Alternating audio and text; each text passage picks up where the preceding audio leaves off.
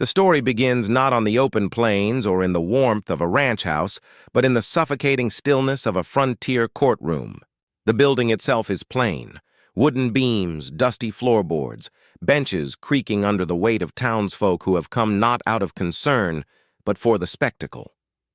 Small towns rarely saw drama greater than a cattle dispute or a land squabble, but today was different. Today, it was a mother fighting for her child. At the center of the room stands the widow. Her dress, though clean, is faded from years of wear, and her boots are scuffed. She clutches her little daughter so tightly it seems she fears someone might rip the girl from her arms at any second. The child, sensing her mother's fear, buries her face against her shoulder, small hands gripping the fabric of her dress. Across from her, confident and composed, stands her late husband's brother. He is a man of means, dressed sharply in a well-pressed suit, his boots polished to a gleam.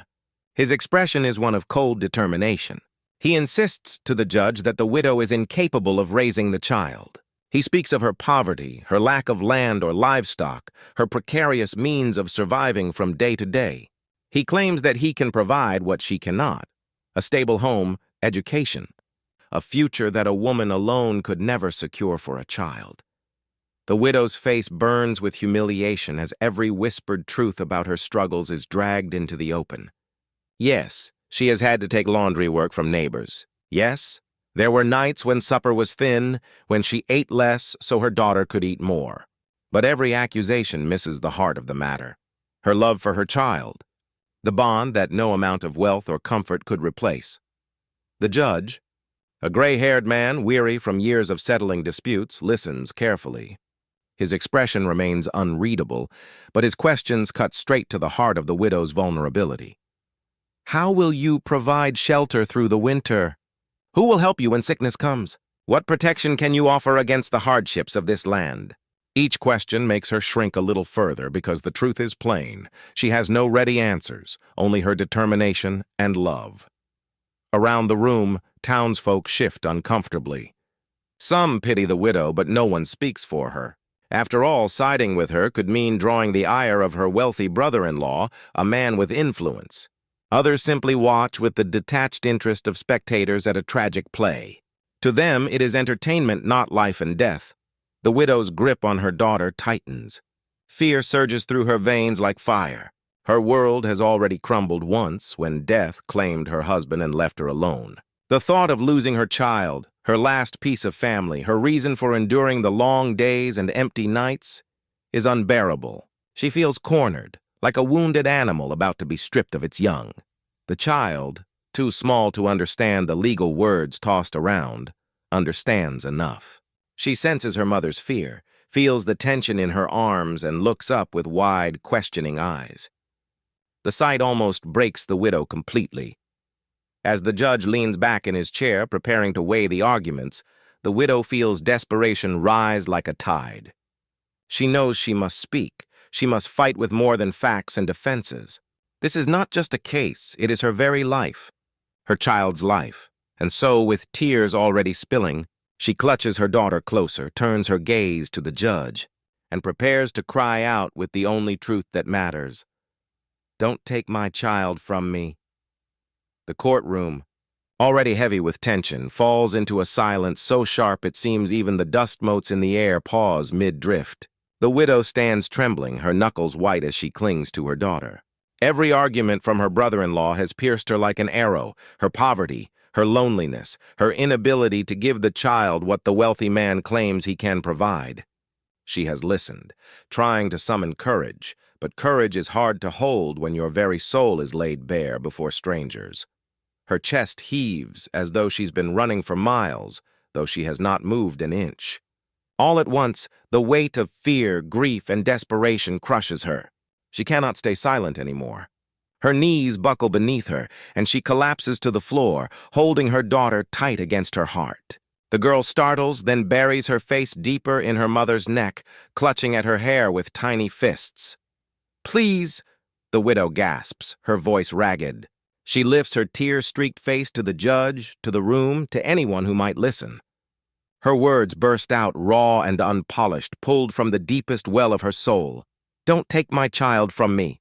The cry cuts through the room like a knife. It is not the measured defense of a lawyer, nor the carefully prepared plea of someone rehearsed in persuasion. It is primal, the cry of a mother whose entire being is bound to the child in her arms.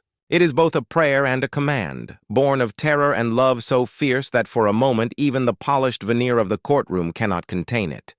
The onlookers stir uneasily. Some lower their eyes, ashamed to be witnesses to such naked desperation. Others shift in their seats, uncomfortable at the way her voice has shattered the civilized air of proceedings with something far older and more powerful than law. A mother's plea. Her brother-in-law frowns, his lips thinning.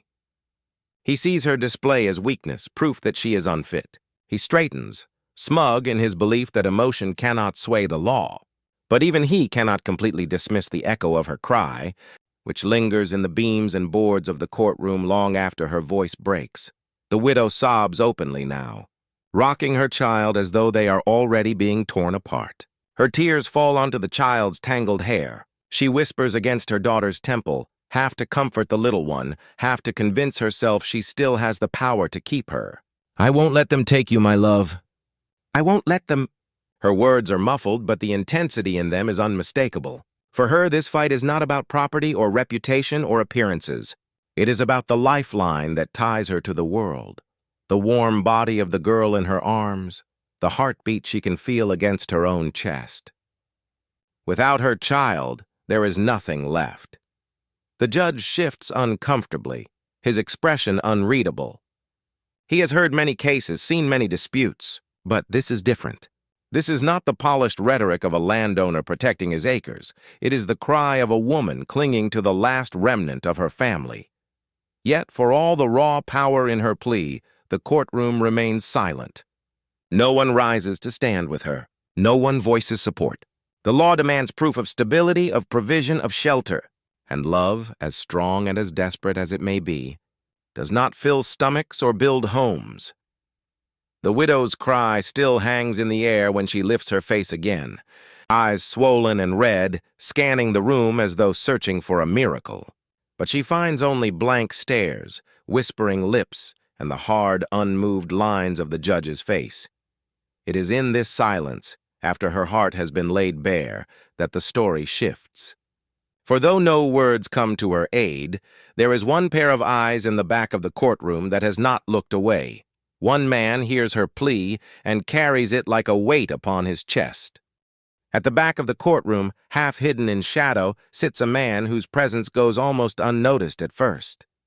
He is a rancher, tall, broad-shouldered, with the rough-hewn look of someone carved by the land itself.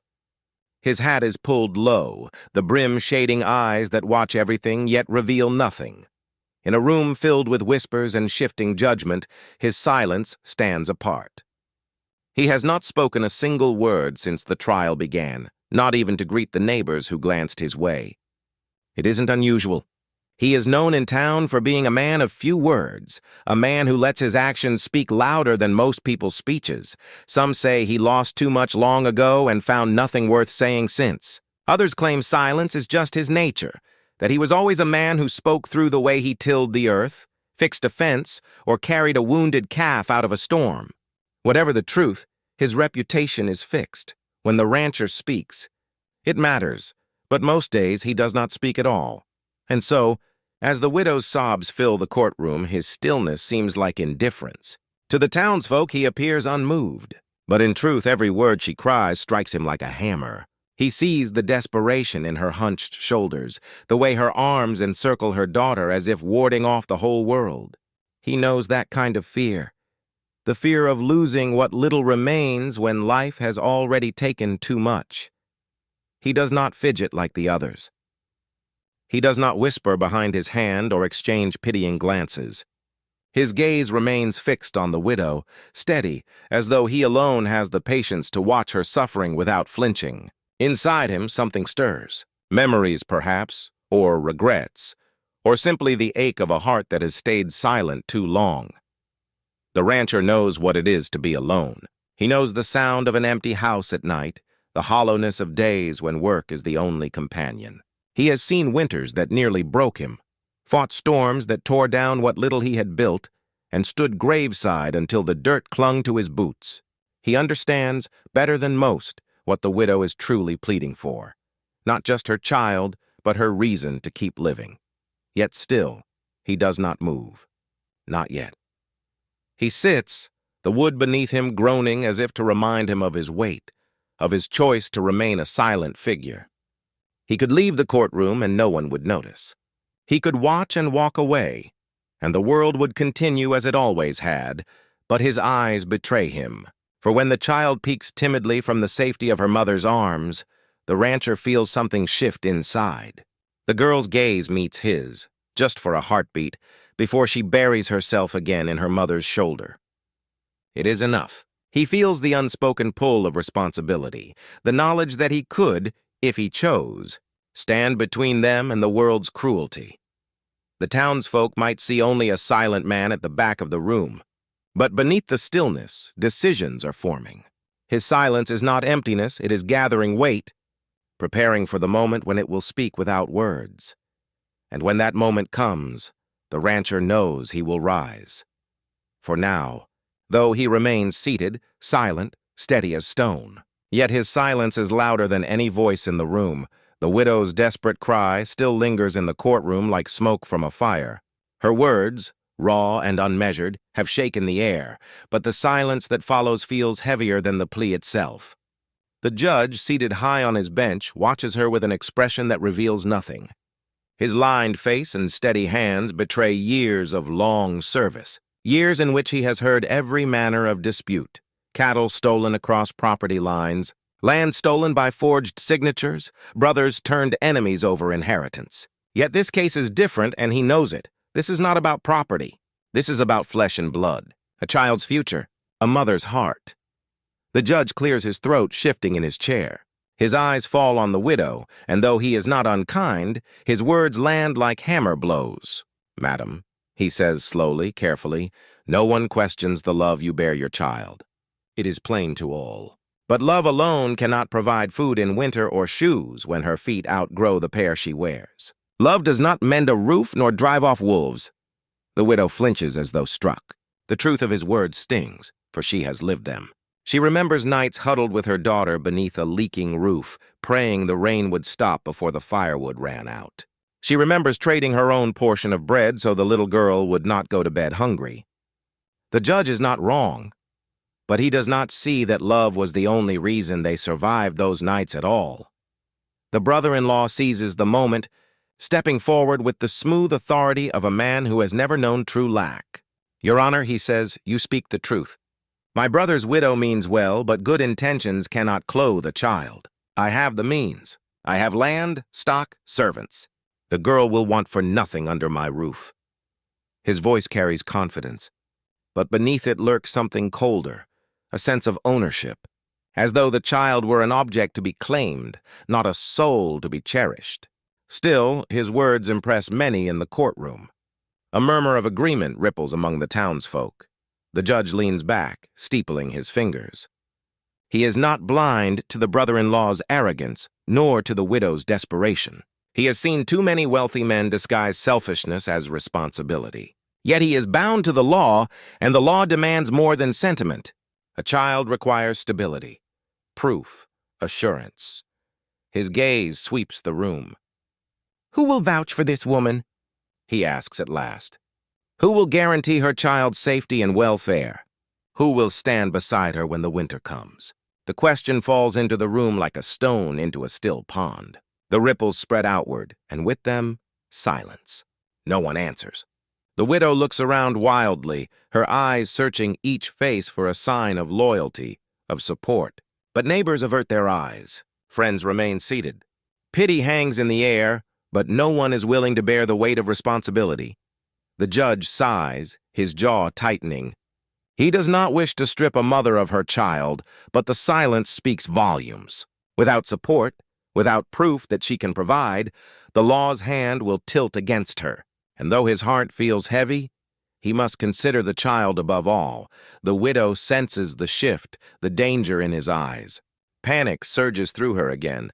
She pulls her daughter tighter, whispering a prayer that someone, anyone, will rise to her side. The courtroom holds its breath. The widow's tears gleam in the flickering light of the oil lamps. The brother-in-law smirks faintly, and the judge's gavel rests like a threat upon his desk. The judge's question, "Who will vouch for this woman?" still hangs in the air, echoing against the wooden beams of the courthouse. The silence that follows is suffocating.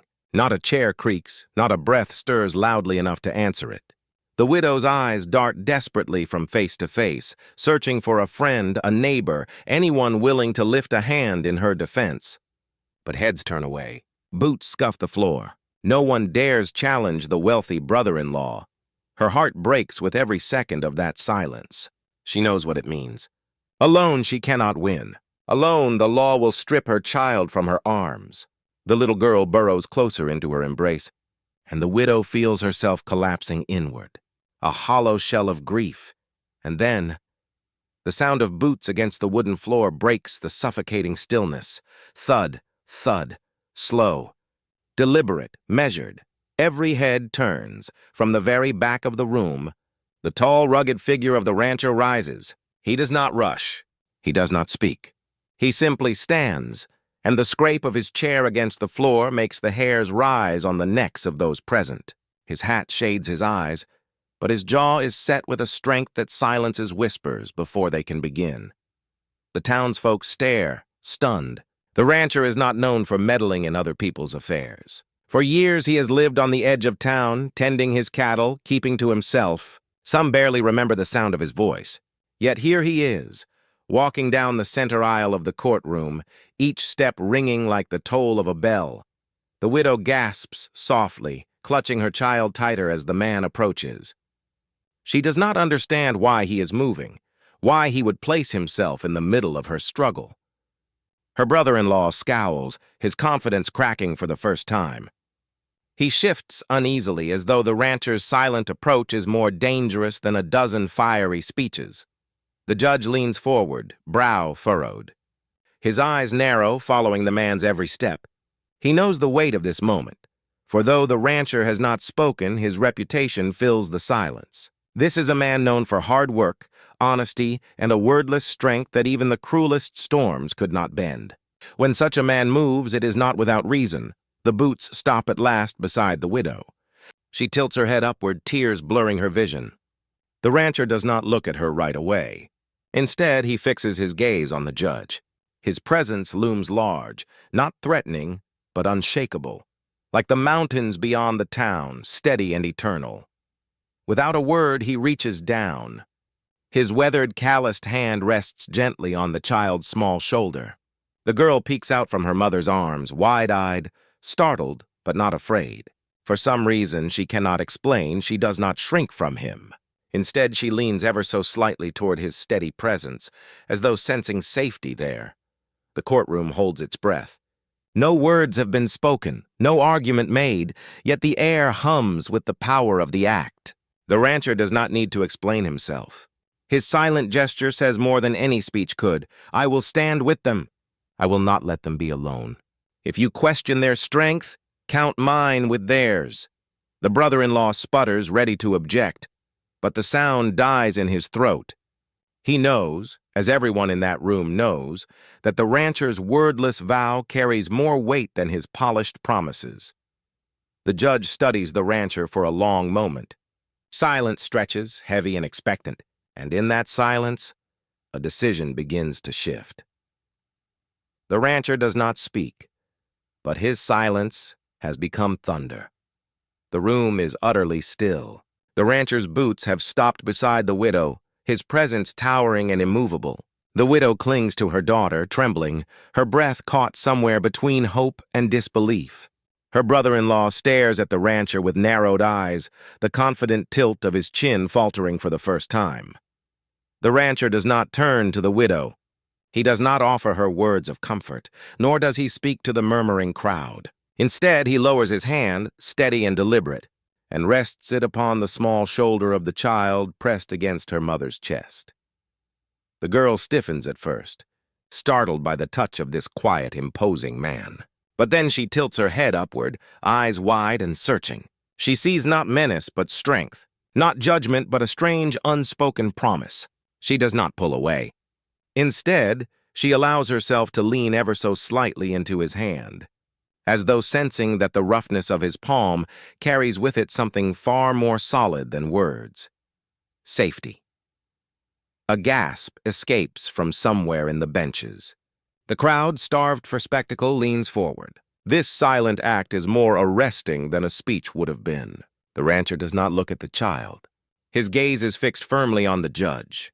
The judge, who has presided over countless disputes, finds himself shaken by the intensity of the moment.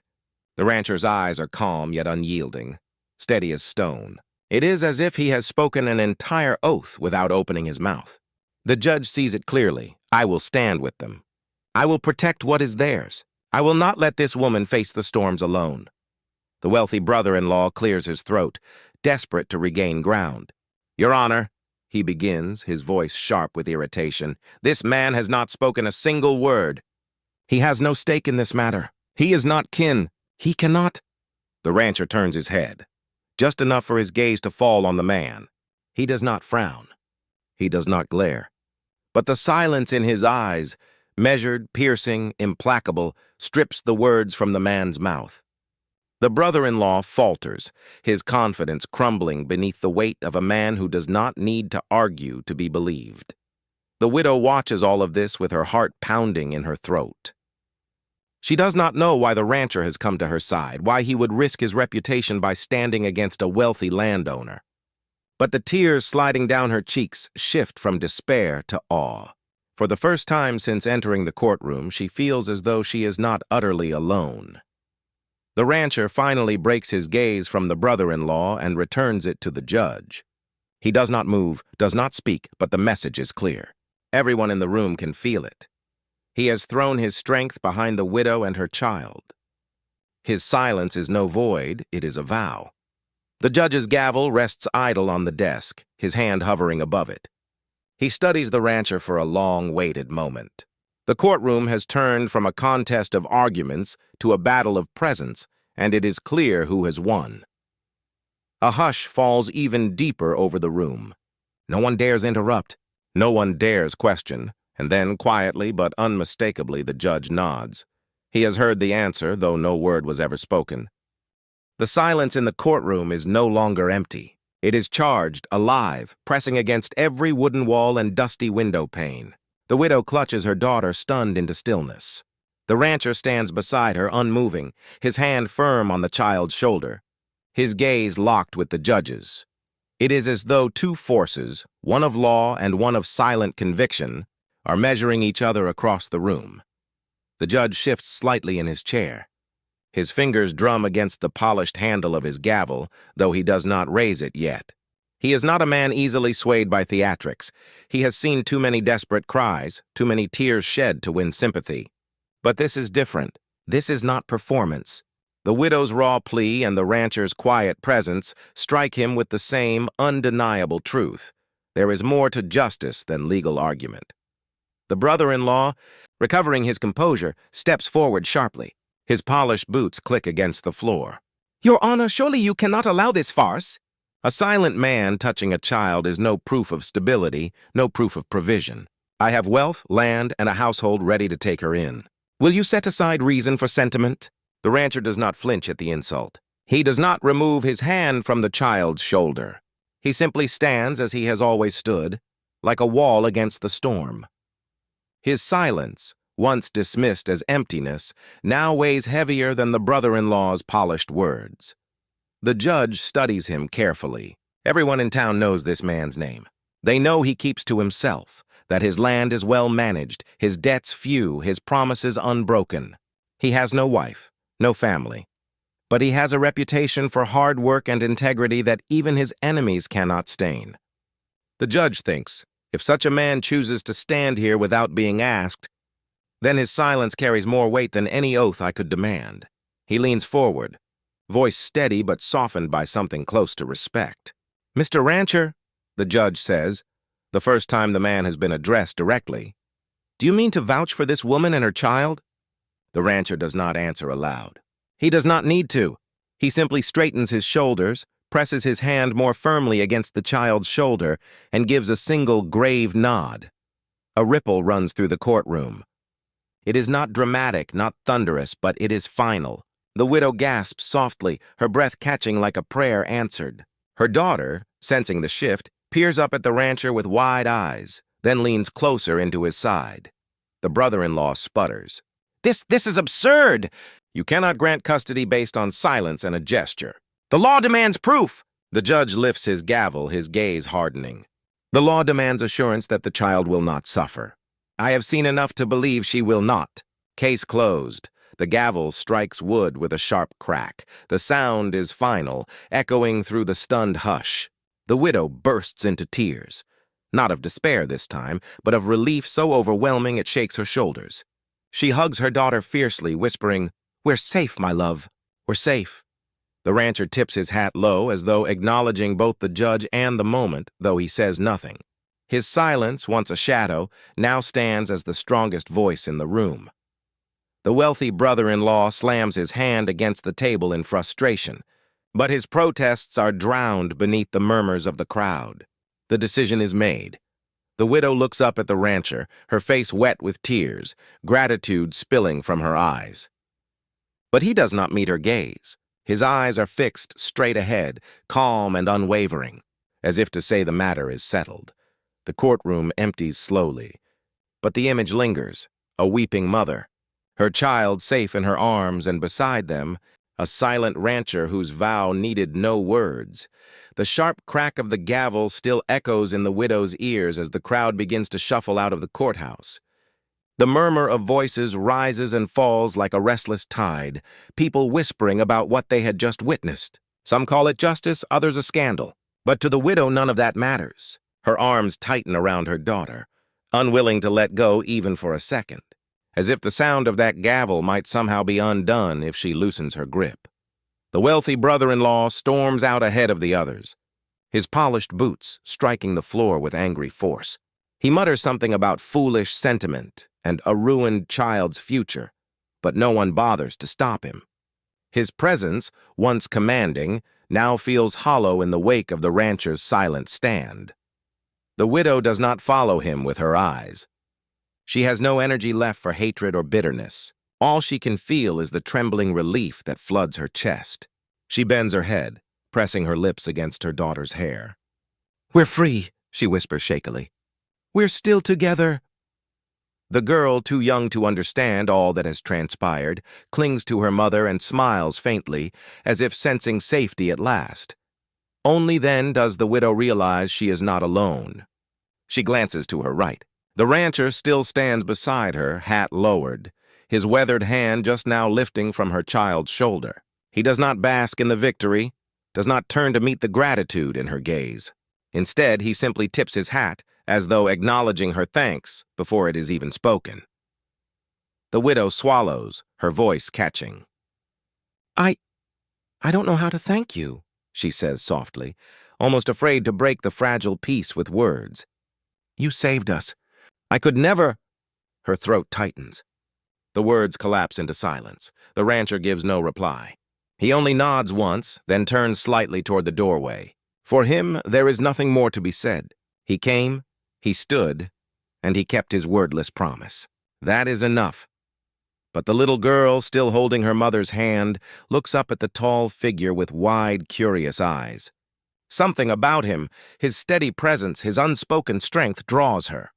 Before her mother can stop her, she slips free from the widow's arms and reaches for the rancher's rough, calloused hand. The room stills around them. The widow's breath catches. She half expects him to pull away, to retreat back into his solitude now that the matter is settled. But he doesn't. He pauses, glances down at the child's small hand in his, then allows her to hold on. His fingers close gently around hers, firm but careful, as though holding something precious that must not be broken. The widow's heart aches at the sight. Gratitude swells within her chest until she cannot contain it. Tears blur her eyes again, though these are not the tears of despair from earlier. They are the kind of tears one sheds when life, against all odds, offers mercy. The three of them step out into the sunlight together. The courthouse doors creak shut behind them, and with that sound, the chapter of fear and uncertainty ends. Outside, the autumn wind carries the scent of dry grass and wood smoke. The sky is vast and open, as if welcoming them into a future that had seemed impossible just an hour before. The widow looks at the rancher once more, her lips parting as though to speak. But he has already lifted his hat in a quiet farewell, his eyes steady but unreadable. Then, without fanfare, he turns toward his horse tethered nearby. Yet when the little girl tugs at his hand and refuses to let go, he pauses. The widow watches, her heart pounding, as the rancher does not shake the child off. Instead, he waits, silent as ever, letting the girl cling to him. And in that small, wordless gesture, the widow knows this is not an ending at all. This is a beginning. The days that followed the trial felt like stepping into a new world. For the widow, there was no longer the shadow of her brother-in-law looming over every decision. For the first time in months, she could breathe without fearing the sound of boots at her door or letters demanding her child be surrendered. Still, freedom came with uncertainty, how she would provide, where she would live, and what future awaited her daughter. That was when the rancher quietly appeared again. He never explained his intentions. He simply showed up one morning with his wagon and offered space for the widow and her child. He didn't ask if she wanted to come. He simply stood there, hat in hand, waiting for her answer.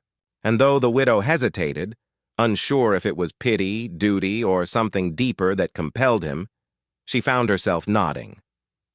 Not for herself, but for the child tugging at her skirts, eager at the idea of horses, open fields, and safety away from town.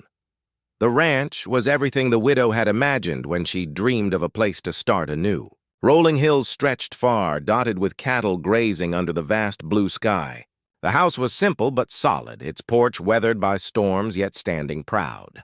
The barn smelled of hay, earth, and animals, and the air carried the crispness of hard, honest work. The rancher did not change much when they arrived. He remained the same, silent, steady, disappearing into the rhythm of chores before dawn and not returning until twilight.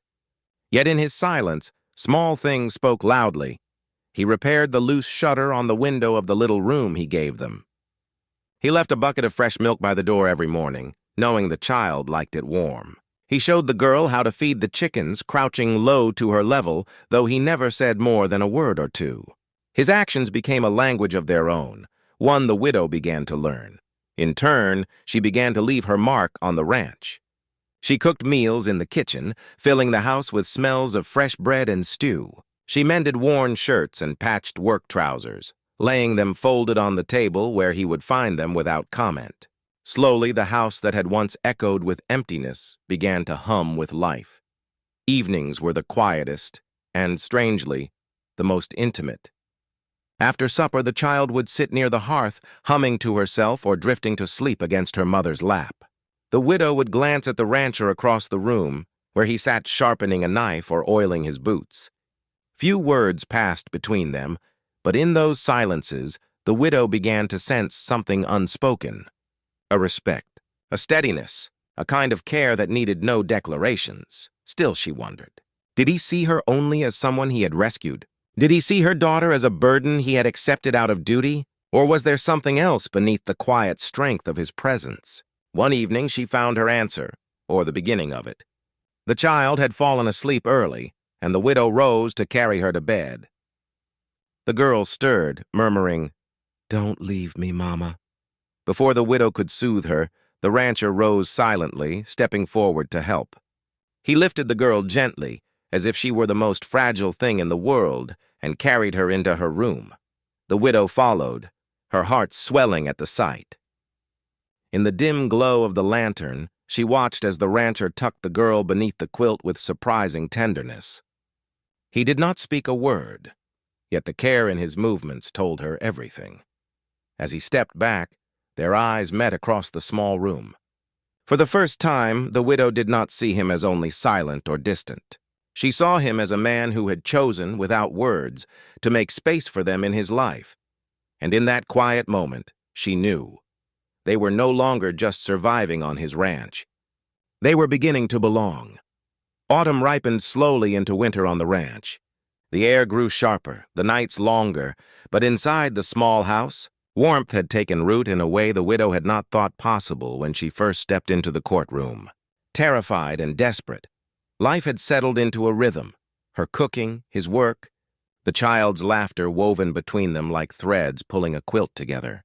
The widow often found herself watching the rancher in small moments, the way he leaned against the fence line at dusk, surveying the cattle with calm authority, the way he stooped to let her daughter braid wildflowers into his weathered hatband, his patience unshaken, the way he carried the weight of his silence without awkwardness, as though words were never needed to prove anything. She began to understand him, not through speech, but through presence. His silence no longer frightened her, no longer seemed cold. It was steady, like the earth beneath her feet, holding her and her daughter without condition. But there were nights she lay awake, staring at the wooden ceiling, wondering what he truly felt. Gratitude bound her to him, gratitude for his protection, his strength, his unspoken promise. But gratitude alone could not explain the way her heart now raced when his shadow passed by the doorway, or the way her chest tightened whenever he touched her daughter's head with rough gentleness. She longed to know if he felt the same. The answer came on a night when the first snow fell. The child had gone to bed, worn out from chasing flakes in the yard until her nose was red and her mittens soaked.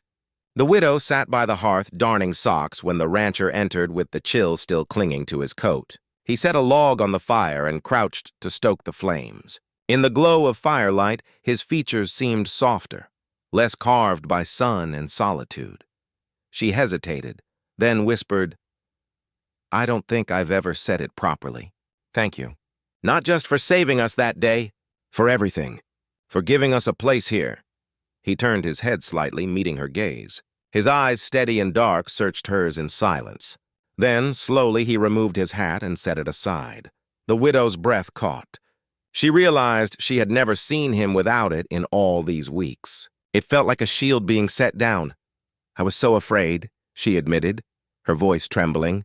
"Afraid we'd lose each other, afraid I'd have nothing left to give my child." "But you—" Her throat tightened. "You gave us a home. You gave me back hope. I don't know how to repay that." The rancher did not speak. Instead, he reached across the space between them and took her hand. His touch was rough, calloused from years of labor, but careful, as though he feared crushing something fragile. The widow's heart stuttered. She looked down at their joined hands, then back at his face. In his silence, she heard the answer. He had never acted out of duty, never out of pity. Every board mended, every meal shared, every night of quiet companionship had been his way of saying what words could not. "You belong here. You both do. With me." Tears welled in her eyes, but they were gentle tears, born not of despair but of release. She leaned closer, her forehead brushing against his shoulder. He let her rest there, solid and still, his thumb brushing once over her knuckles. There were no vows spoken that night, no declarations of love shouted to the rafters. Yet when the fire burned low and the snow continued to fall outside, the widow knew the truth with certainty. She was no longer a woman pleading in a courtroom. She was no longer a mother standing alone. She was a partner cherished in a way that needed no words, and in the rancher's silence, she finally heard love.